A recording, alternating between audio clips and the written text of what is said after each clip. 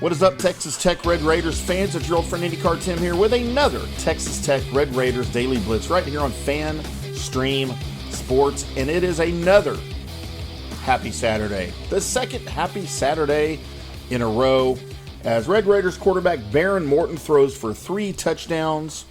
You had Skylar Gill-Howard returning a pick six for 55 yards as the number 24 Red Raiders blow out another overmatched opponent, this time Kent State, 62-14 on Saturday. So over the first 2 weeks of the season, if my math is correct, and there's a high possibility it's not, 129-21 is what the Red Raiders have done the past 2 weeks over their first two opponents, Arkansas Pine Bluff and now Kent State.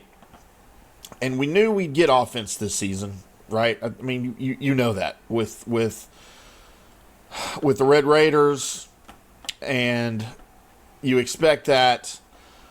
But what has impressed me, and I know who it's against, but still, the defense has impressed me because you couldn't do this last year even against these opponents. Look at the week 1 fiasco, almost near fiasco last year against Abilene Christian in week 1. So I think that was last year. It's been a long couple of seasons. But yeah, highly impressive is the defense through these first 2 seasons. On Saturday, you had Cameron Dickey running for 2 touchdowns. Reggie Virgil added 2 receiving touchdowns. The Red Raiders were up 48-0 at halftime, which is 1 point better than their halftime score last week over Arkansas Pine Bluff before the weather rolled in, and we got that. We did not have a repeat of the weather on Saturday, thankfully. Baron Morton started Saturday after leaving the win over Pine Bluff in the second quarter with what, at the time, Coach Joey McGuire had just called a hyperextended knee. He was listed as questionable, but he showed up, he played, he was 18-26 for 258 yards while he only played in the first half. Smartly.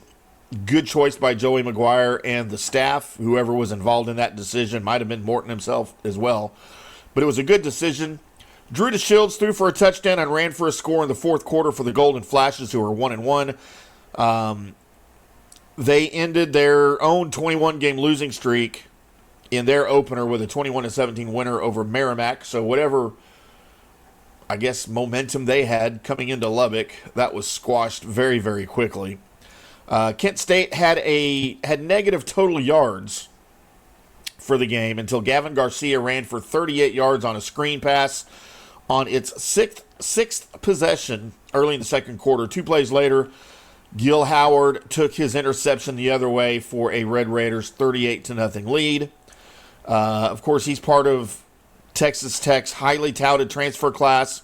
He made the catch behind the line of scrimmage and scored untouched after Lee Hunter applied quick pressure and A.J. Holmes Jr. tipped the pass. And it's fun to watch those big boys run down the field, isn't it? Always get a kick out of that. So for Kent State, things did not start well anyway, as you had punter Jake Stokel had his knee on the ground when he caught the snap on their first punt. Of course, he's down.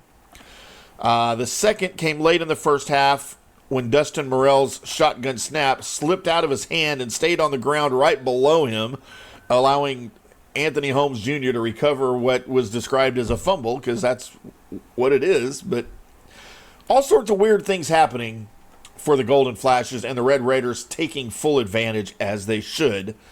The Red Raiders scored on their first 14 possessions of the season, all 11 against Arkansas Pine Bluff and the first 3 against Kent State. Jack Burgess did not have a punt this year until later in the first quarter on Saturday. So all good things pointing up for the Red Raiders. Next week, a little bit bigger of a test. Oregon State in the last of 3 straight home games to start the season. Oregon State will be a much tougher opponent, obviously, for the Red Raiders. That is a 2:30 p.m. kickoff on Fox, and will be one to watch. Will be a much truer test, I think, of what we've got with the Red Raiders and Joey McGuire's squad.